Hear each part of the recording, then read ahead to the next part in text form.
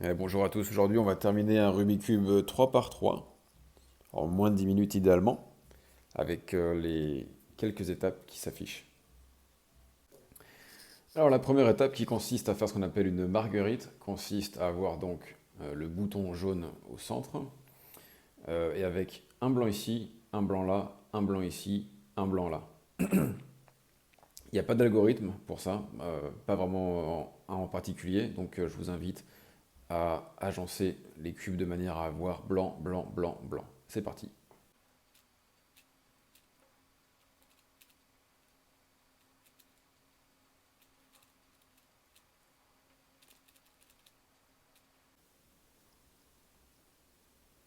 Donc là, j'ai bien ma marguerite, blanc, blanc, blanc, blanc, jaune.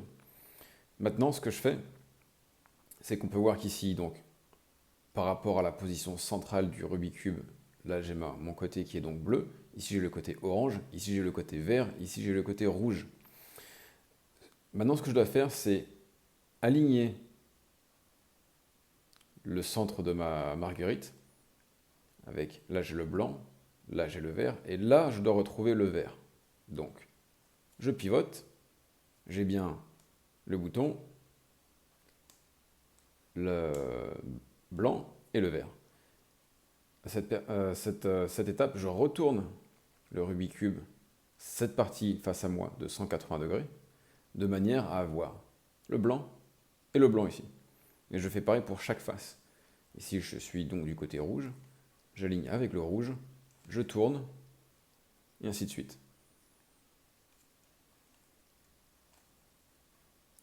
Le blanc, le bleu, je retourne. Le blanc, le orange, je retourne, et j'ai ma croix blanche. Alors, ma deuxième étape, elle consiste à, en gros, terminer toute cette face, avoir le blanc terminé, et avoir toute la même couleur ici, c'est-à-dire ici en l'occurrence avoir tout le bleu, ici avoir tout le orange, ici avoir tout le vert, ici avoir tout le rouge sur le premier étage. Pour ceci, euh, je place le blanc en bas, et je regarde ce que je pourrais résoudre. Alors ici, je vois que par exemple, j'ai donc du bleu, et ici j'ai du rouge. Et sachant que je vais avoir du blanc en bas. Je dois donc trouver une pièce en haut qui a du rouge, du bleu et du blanc. J'en ai une ici. Maintenant, on va travailler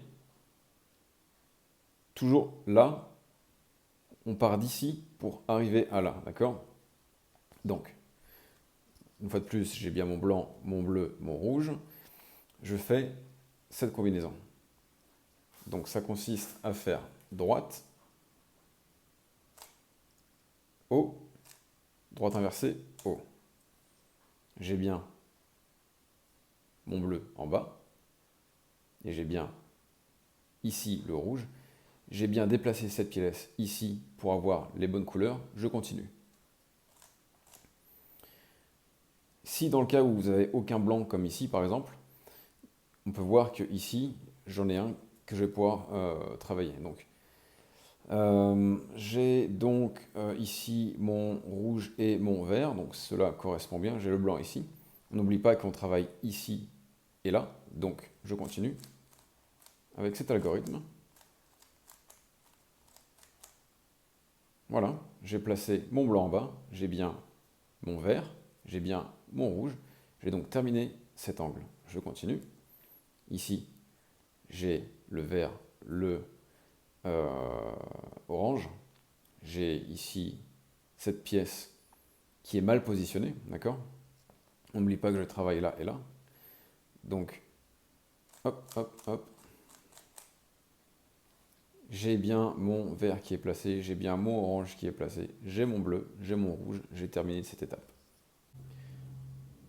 Et pour ma troisième partie, le but, c'est de terminer la deuxième couche du Rubik's Cube.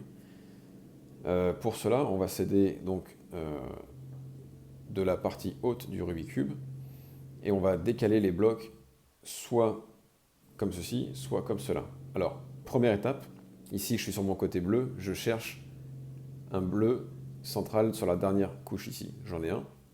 Donc, sur le côté ici, j'ai mon orange. Là, j'ai le bleu. J'ai bien ma pièce bleue. J'ai bien ma pièce orange. Ce que je vais faire, c'est donc transvaser cette partie-là et la mettre ici. Pour faire ça, on utilise cet algorithme qui s'affiche là. Haut inversé, gauche inversée, haut inversé, gauche et haut. J'ai un blanc qui est là, c'est que l'algorithme est bien fait. Je tourne mon Rubik's Cube sur la droite, comme ceci, de manière à avoir la pièce blanche sur ma main droite. Et je continue avec ceci. Droite, haut, droite inversée, haut inversé. Et là, j'ai bien ma pièce qui était ici, qui a été transvasée là. Et c'est comme ça qu'on résout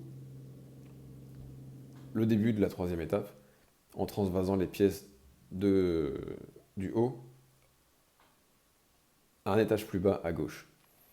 Je peux me retrouver dans le cas où j'ai besoin de faire l'opposé, c'est-à-dire transvaser une pièce qui est ici et la mettre là. Je vais chercher si j'ai ce cas de figure qui se présente. Alors,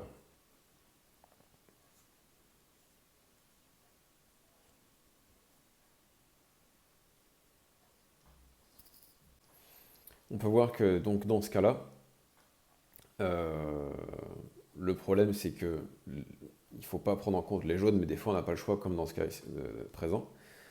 Ce que je vois ici, c'est que j'ai un orange et un vert qui n'a rien à faire là. Donc il va falloir que, en gros, je le fasse monter pour ensuite pouvoir l'aligner correctement ici. Donc là, j'ai un jaune. Je vais donc transvaser cette pièce-là ici, dans le seul et unique but d'avoir cette pièce là, pour ensuite la transvaser ici. D'accord? C'est seulement si vous vous retrouvez dans cette situation avec uniquement des côtés jaunes et qui ne sont pas censés être là. Donc, c'est parti, je refais le même algorithme que tout à l'heure, je vais le faire assez rapidement.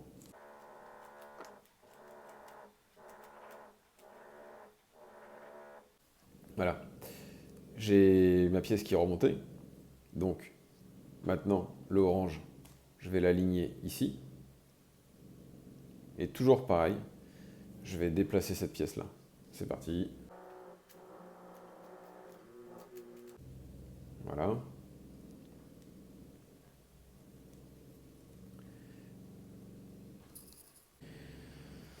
Maintenant, je tourne ici, de manière à aligner ma partie bleue. J'ai bien mon rouge en haut, et ce que je veux maintenant, c'est le cas de déplacer cette pièce-là, non plus à gauche, mais à droite, pour que le rouge soit du côté rouge, et que le bleu soit ici, du côté bleu. On se rappelle que le but, c'est de terminer cet étage. Pour ceci, on utilise cet algorithme qui est légèrement différent, et donc ça fait comme ça. Donc en haut, à droite, en haut, droite inversée, haut inversé. J'ai bien un blanc ici, que je vais maintenant mettre sur ma main gauche. Et je continue avec gauche inversée, haut inversé, gauche et haut. Et là, j'ai bien la partie qui était ici qui s'est déplacée là.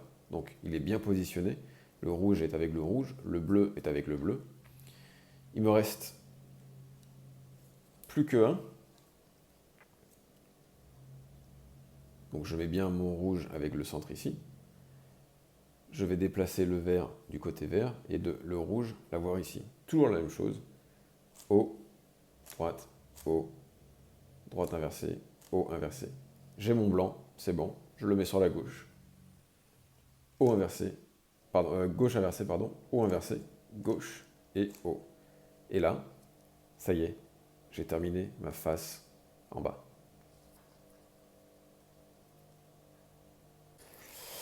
Maintenant, on va faire ce qu'on appelle la croix jaune. Alors, il se peut que le côté supérieur, donc le parti opposé au blanc du Rubik's Cube, soit pas forcément avec une ligne, hein, il peut avoir un jaune ici de manière totalement anarchique. Si, comme dans mon cas ici, vous avez déjà une ligne jaune qui se forme, vous la mettez comme ceci, de façon horizontale. S'il n'y a rien si vous n'avez aucune ligne jaune, pas de problème, vous continuez avec cet algorithme. Dans tous les cas, c'est le même algorithme, juste si vous avez une ligne, vous la mettez de manière horizontale comme ceci. Comme ça ou comme ça, c'est exactement pareil. Donc, ça commence par le devant, hop, droite, haut, droite inversée, haut inversé, et je retourne de nouveau l'avant. Là, tout mon étage du bas est toujours bon, le blanc est toujours bon, et on voit bien que j'ai ma croix jaune ici. Voilà, c'est la fin de cette étape. Alors, maintenant pour cette étape, elle consiste à terminer ma partie jaune supérieure. Pour ça, j'ai trois cas de figure. Soit j'ai juste ma croix jaune avec donc 0 côté jaune ici, soit j'ai un côté jaune, soit là, soit là, soit là, soit là, soit comme dans ce cas précis, j'ai deux côtés jaunes, donc ici un et le deuxième ici. Si vous avez 0 ou 2 jaunes, vous devez placer une pièce jaune de manière à la voir en bas à gauche, comme ceci. Et ensuite, vous faites cet algorithme qui s'affiche là. Droite, haut, droite inversée, haut, droite, haut deux fois, droite inversée. Donc, vous continuez jusqu'à ce que vous obtenez toute la partie jaune en haut. Et vous continuez à avoir un jaune sur le côté en bas à gauche. Et c'est parti.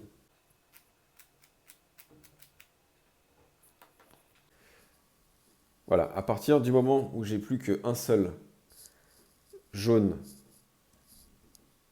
un côté jaune, un seul comme dans ce cas ici, vous le mettez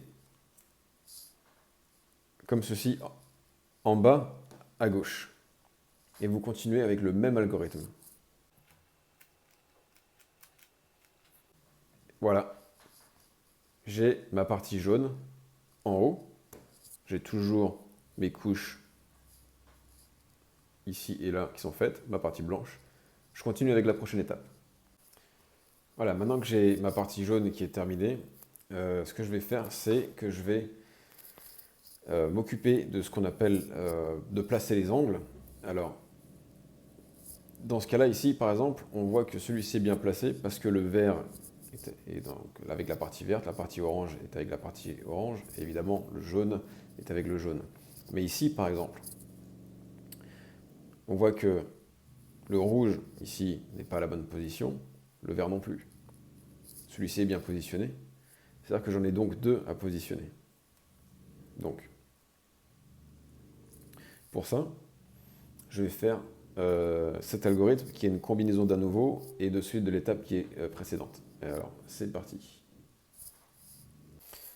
Alors, c'est parti. J'ai déjà un côté qui est fait. Vous pouvez commencer par le côté donc, qui est déjà fait. Alors, sinon, pas de problème, vous continuez avec cet algorithme. Gauche inversée, haut, droite, haut inversé, gauche, haut, droite, inversée. Et c'est là que ça va paraître bizarre, mais c'est une combinaison avec l'autre algorithme. Donc droite, haut, droite inversée, haut et droite. Et deux fois le haut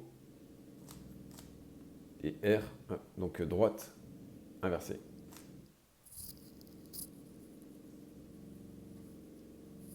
Et je continue jusqu'à avoir mes angles comme il faut. Donc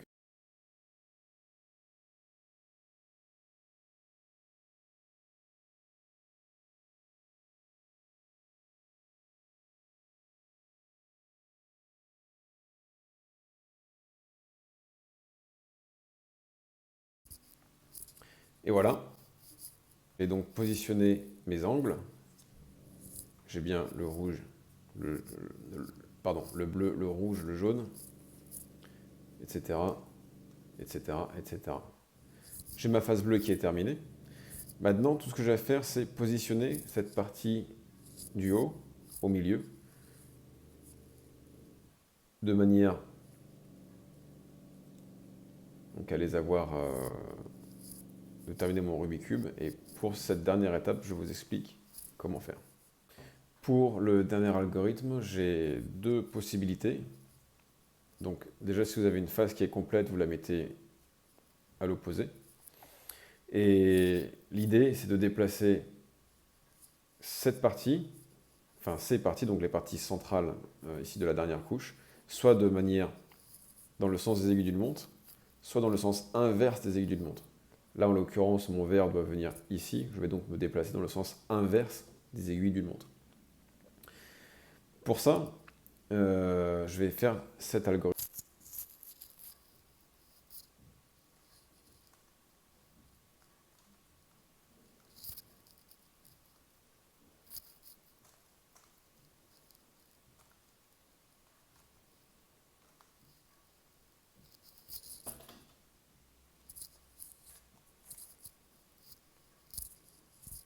Et là, j'ai terminé mon Rubik's Cube.